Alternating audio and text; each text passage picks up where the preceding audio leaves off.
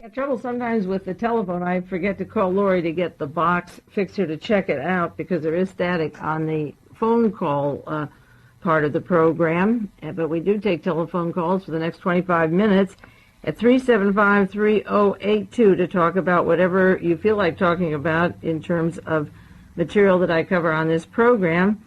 This evening I heard on the radio coming over that the president has asked for war powers to send troops to Chad. I wonder how you feel about that one. Do you approve of that, sending troops all over the world and keeping us in perpetual motion with war all over the world? There's a gentleman who called here Saturday, maybe he's called other times too, to complain about Mae Brussell. He doesn't like the program. And Eleanor said that she explained to him that there are other programs he can listen to. There's a big variety of programs, and he appreciates the music. He called her. She has German music and is German, and maybe he thought she'd be sympathetic to his viewpoint because I attacked the Nazis and Fritz Kramer and the Nazi conspiracy with Klaus Barbie and the CIA and Reinhard Gehlen, and he doesn't like that kind of talk. We have that kind of problem with the program of World Watchers that was called Dialogue Conspiracy. When I was doing programs in New York, when the Watergate story broke, it was very popular for 3 years to have the program that I had here live on the air, played in various cities around the country, and particularly in WBAI in New York, and with Bob Fast. And when Richard Nixon was having trouble in Watergate, and Robert Haldeman was going out, and John Mitchell, and the whole cabinet was being moved out, there were 3 years of interest. But when the solid question came in after Gerald Ford was president, and he was on the Warren Commission, and Nelson Rockefeller was vice president, and he had funded George de Mohrenschildt, Lee Harvey Oswald's close associate, with notes from the Rockefellers, with money in Mexico and Central America. When I got to the Nazi connections, I used to get calls, the station got calls, what are you saying on this station? This is listener sponsored, and the man kept calling and got very angry, and it wasn't long then the Village Voice had a story about Mae and Bob Fast, and Bob was fired from BAI. And I was taken off the air, and a lot of the New York listeners knew where to find me, and a lot didn't know where to find me.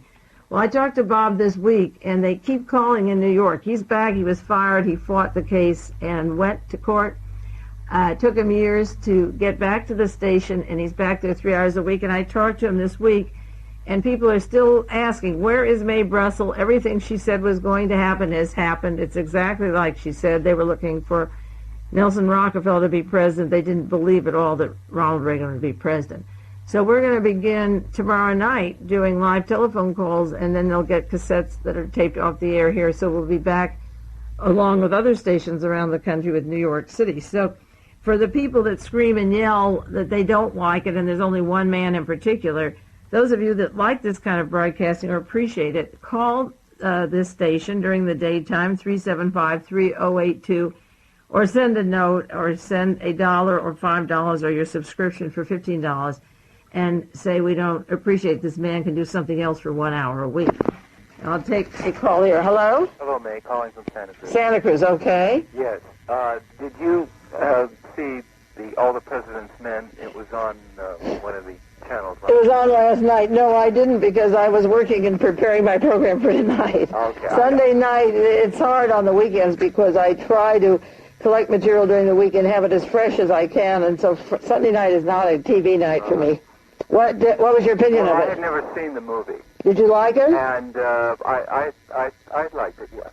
Yeah. I think they could have gone into it a little bit more, but it was you have to entertain people too. Well, not only entertain them, but educate them along some of the fields. I have a very close friend who went through the whole Watergate era with me, and she watched it, and she said she even then learned new things all along, and the transition of power was interesting to see certain people leaving, and Mr. Klein and these prominent attorneys saying, we'll get to the bottom of this, and how they promised that they didn't know and they were all lying. And I think that's very good, to show that they do know and that they lie. And it isn't that everything that people say is always a lie, but it is often true with politicians that it is a lie. Okay, the second thing was that Seymour Hersh was interviewed by a Pacifica station this week, and they played an excerpt from the interview, and Hearst said that, Kissinger was an intellectual tote boy, and that he said that the man's mind is so corrupt that he said it's not even interesting anymore. He also said that Kissinger basically wants to do away with the First Amendment. He does. And that's all they played, and that's all I know, but I thought I'd pass that on to Yeah, I wish he would help me write the book on Fritz Kramer and Henry Kissinger, because he is totally corrupt, but again, it's where does he get his power? See, and who is giving him the power? If it's Fritz Kramer and the Nazis and Hitler's chief of staff and a war criminal, let's get them out. Yeah. And then in the It Turns My Stomach for This Week department, there's so much, but I think overall was the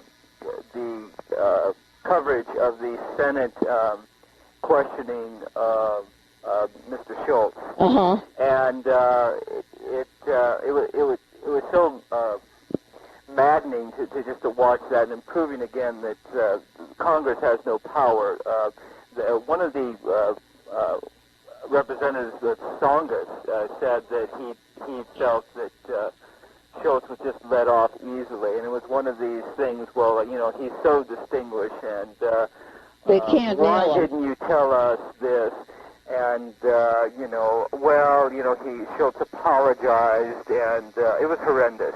Well, it's okay, Mr. Schultz. We know you're a great guy. We'll let you off.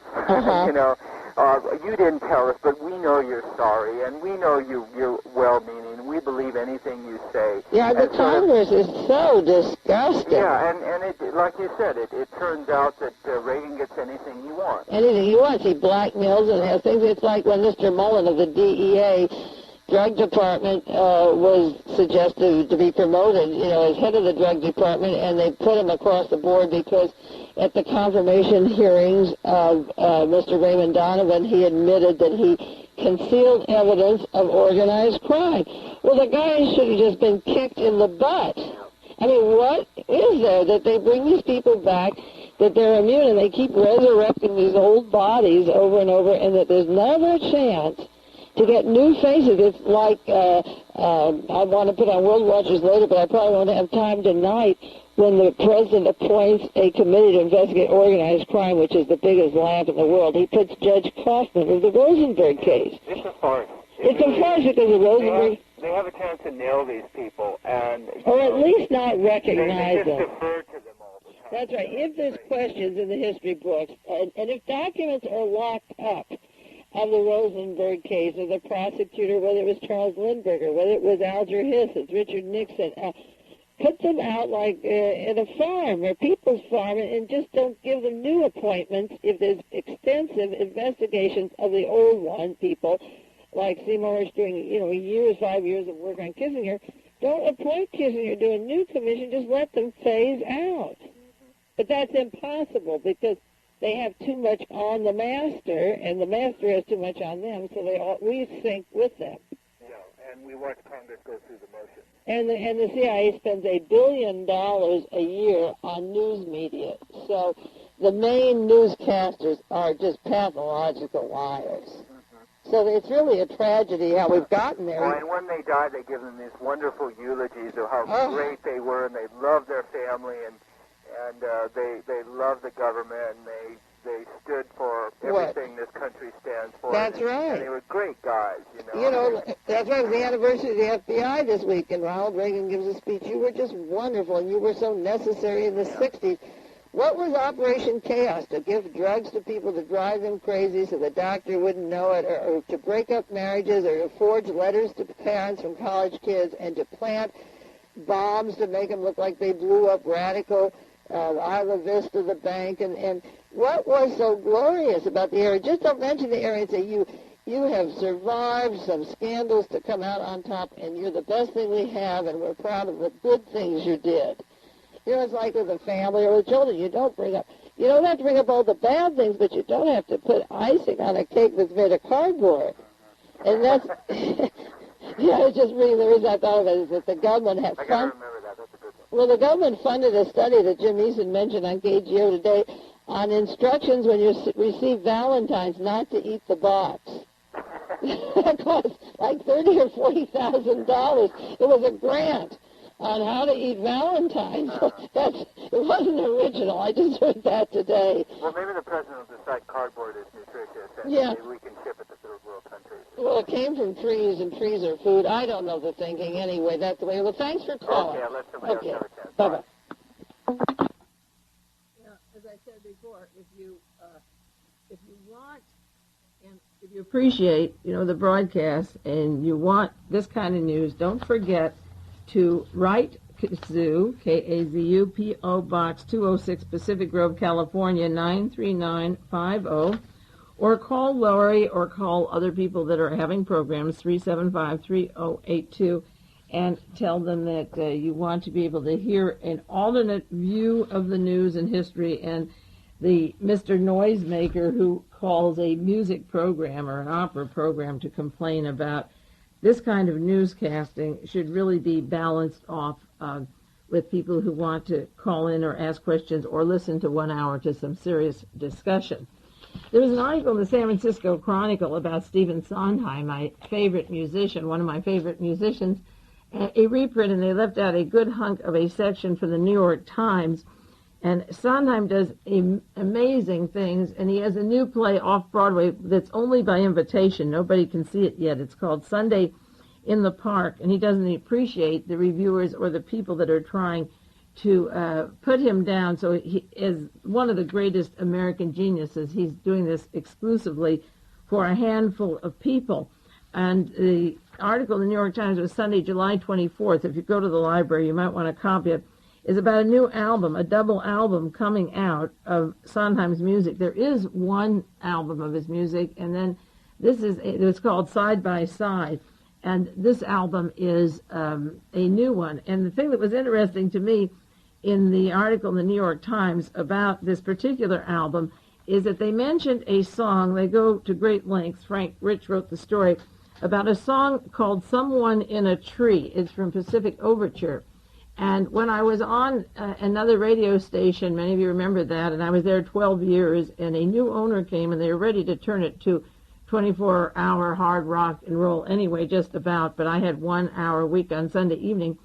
And the week of May 29th in 1982, I was debating whether to do the full hour of dialogue or whether to put a song onto the program that was apropos of the meaning of what I've been saying on the air, because I was talking about treason and selling this country out, and I was referring to Henry Kissinger and Fritz Kramer from Germany, who was the godfather, the man behind Henry Kissinger, and trying to trace these people who have really sold this country to fascism as against leading it towards a democracy that would be a beacon for people, a place of hope around the world. And then I decided to put this song on the air because it exemplified the way Japan was sold out by a handful of people in Japan when Admiral Perry came to Japan and made a deal, Commodore Perry, with a handful of Japanese to Americanize it. They also had gunpowder on the boat as they discussed the process. And I decided the song was so appropriate that I put it on the air. And the fellow who owns that station was driving down from Santa Cruz and was furious with the subject and was furious with the song and said, we're rock and roll, we don't have that kind of music. And this was one of the things that really got his dander down. And I think it was interesting that that was what got him so mad, because there's a description of it, and if you buy that album, it'll be out in September. It's Stephen Sondheim's album of music, 2 records in the album. And the New York Times describes this song, a particular song that the reviewer is fond of. And this is the way they described it. It said, one example of the new record is an 8-minute masterpiece, and it is a masterpiece, called Someone in a Tree from Pacific Overture. Its subject, of all things, is the treaty by which the United States opened up Japan in 1853. That was a long time ago, 1853. And we're 1983, so that's a long, long time ago. But the project and the people and the personalities and the way we move is the same, even though the span of so many years. This reviewer said, because there is no Japanese account went on, in the treaty house where Commodore Perry negotiated with his hosts from Japan, Mr. Sondheim imagines how 4 Japanese might speculate years later on how their country was sold out and what happened at that fateful session. Among the characters singing are both an older and a younger boy. The boy was up in the treehouse and heard the conversation, and the older man was under the floor, under the boards, who overlooked the treaty house from the tree. The old man, years later, is listening to the little boy tell about that historic day. And this article says, with its ever-shifting perspective on a single event, someone in a tree is literally speaking a mini Rashomon, which is a story told from different viewpoints of what happened when America signed a treaty with Japan. But it is also a metaphysical statement about memory and history and existence. And the quotation, "I'm a fragment of the day," sings the boy about his role when he witnessed the treaty signing, and then says, "If I weren't, who's to say the way things happen here that way?" If he was young, 8 or 9, and he overhears the conversation of Japanese government officials giving his country away to the Americans, if I weren't there, who's to say what happened there that day? And then this article says the music further dramatizes the song's themes by playing its own Eastern trick with time, the old man remembering, the young boy remembering, and extending and compressing a crucial moment in the life of the characters and their civilization.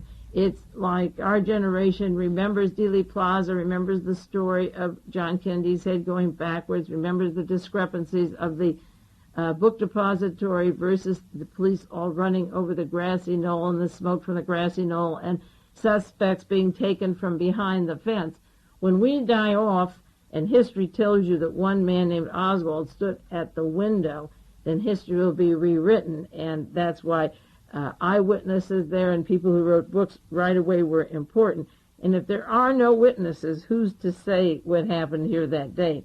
It says it's amazing that this man can write a piece so sophisticated and difficult as Someone in the Tree. A very nice article about the music of Sondheim, but I'm particularly fond of that song, and I'm glad that it's recognized as a complex Rashomon, because what we're dealing here on this program dealing with is the concept of time, where I will quote for New York Times or the Wall Street Journal or London Times of events that are taking place, and then say a particular man will call the station, "Don't have that on the air. This is terrible. She only looks at the bad. It's only the bad. She doesn't want the good." You can get the good wherever you want. I only talk about the bad because the bad has to be cured. It's a disease. Just like John Dean at the time of Watergate went to Richard Nixon and said there's a cancer on the presidency. There was a cancer, and the cancer had to be solved, even if the president had to be kicked out and tapes destroyed and people killed. There was a cancer, and the cancer grows if you don't stop it at some point when you realize there's a cancer. And the longer you wait, the more difficult it is. So this problem of hearing bad news is something that a particular gentleman doesn't have to hear if he doesn't want to hear it. Now remember, if you want to call 375-3082, if you have any questions, I'll answer them. Otherwise, I brought in some other material that I did want to get caught up with. Last week, a gentleman called me and asked me, was there anything behind the killing on the Georgia Island estate of this gentleman, William Britt Roberts, the fellow who killed him? There were 2 involved. One is still away, and I hadn't collected much on him yet, but this was a retired multimillionaire, and then the man who killed him drank paraquat and died, and landscaper on the property. Now, the articles that I have about this fellow was that he worked for Chevron Oil, and he was the president of Chevron International, and he worked for Chevron Research Lab in Richmond, California. And he had been active for the international group and in Richmond, California before he went to Florida to retire, and they are looking for a second man. He was killed in Sea Island, Georgia last week. And newspaper article said it appears to be a psychopath, a mental case, because the nature in which the couple was taped, they had heavy tape on them. Now that to me does not tell me it's a mental case just because they had heavy tape. The mafia and the crime syndicate and organized killers can use that tape. But also this last week, the murder stories came out August the 1st, but July 29th, wait, I'll take a call in 1 minute. I just want to finish this story. There's a story in the San Francisco Examiner. Contractor sues Bechtel Corporation. It says a self-described small company has taken on Bechtel Corporation in a libel case. Bay Cities Crane and Riggling Incorporated has a $100 million suit against Bechtel Corporation, and that's Mr. Casper Weinberger and Mr. Schultz and Reagan's cabinet are thick with Bechtel. It says that there's a hearing taking place August 17th in Contra Costa County. Bay Cities has 40 employees and $10 million in annual revenue, and they're fighting Bechtel Corporation with $161,000 and $14 billion in revenue.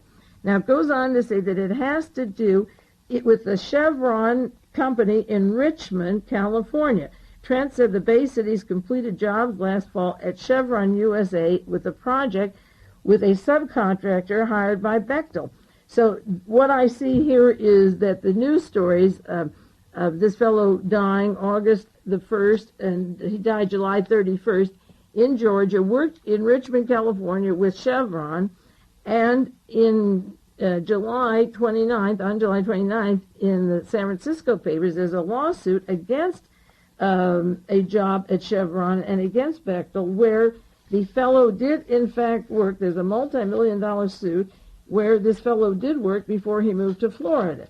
So the question is, did he know anything? Very often when there is a murder in a city, whether it's New York or Florida or Los Angeles, I find that the same day somebody who worked at the same time, the same place, has a multi-million-dollar lawsuit that will take place, and very often the motive for these murders is to wipe out witnesses to the trial. I'll take one more call before World Watches. Hello? Hi, Mae. Yeah. I just got a couple quick questions. Okay. First, do you know who took over Reinhard Galen's job, actually, when he died, or supposedly died? Well, Reinhard Galen, for listeners that don't know, if there are some that really don't know this, he was chief of Hitler's intelligence, Eastern Division, and then he was knighted by the Vatican, and then came to the United States and formed the Central Intelligence Agency, developed it from the SS and the OSS into the CIA, and then went back to Germany to be head of the German intelligence. I have the name at home. The BND are the initials for the long German name of German intelligence.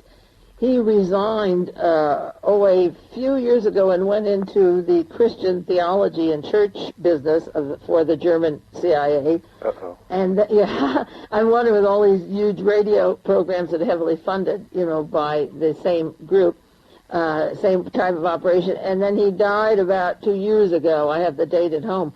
The organization had many, many people under them. I don't have the names of them, but I have the name of the organization if you want me to bring it in next time. Why did you want to know? Well, I'm just trying to figure out, it seemed like that was an opening since he was such a key figure over here, regardless of whatever happened over in Germany. I haven't really figured out who really moved into his shoes, or if anyone could. I don't know, but I talking about that, and along with the line of synchronicity, which happens to me so much in my life, I had Alskis up here from L.A. this weekend, and they were telling me about a fellow named Scott who graduated from Stanford. He got a Ph.D. there, and he had one of these religious churches on the air like Roberts and these various people, and Pat Roberts and things, and it was every week talking about the Trilateral Commission and Rockefeller and the Council of Foreign Relations. And about 2 years ago, they started a lawsuit to get him off the air when all the other ministers are on. And finally, the FCC had a suit and got him off the air. He's now on satellite with his program showing all the background of these various people. And just this last time period, a researcher was down helping him try to find out why he got off the air when the others are on. And he looked up the trial transcript, and the head of the FCC who got him out was a Nazi war criminal by the name of Baumgarten, and I have his name and his Gestapo number, and he runs the FCC and decides who's on the air.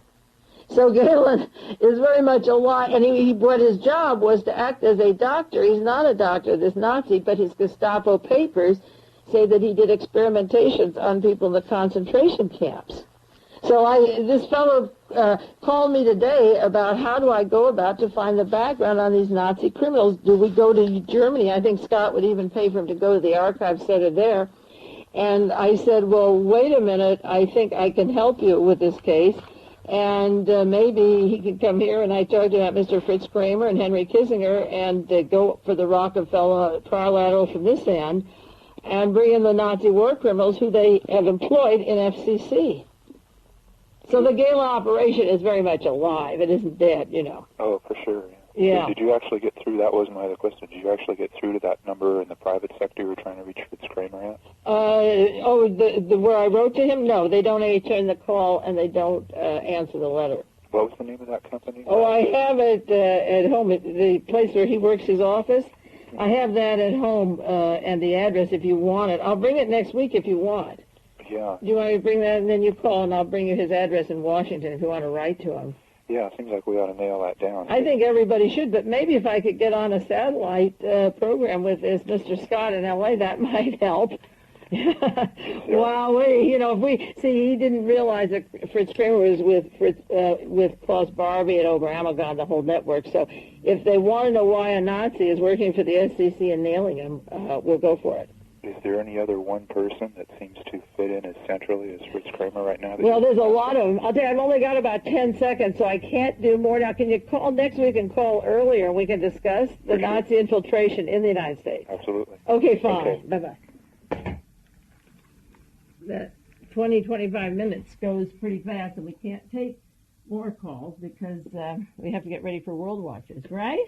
So next week we'll do more on the subject of Nazi infiltration if it interests you. And in the meantime, call the station and write to the station if you want to express your views that there should be freedom of speech and that this particular person should not worry if he doesn't like the program.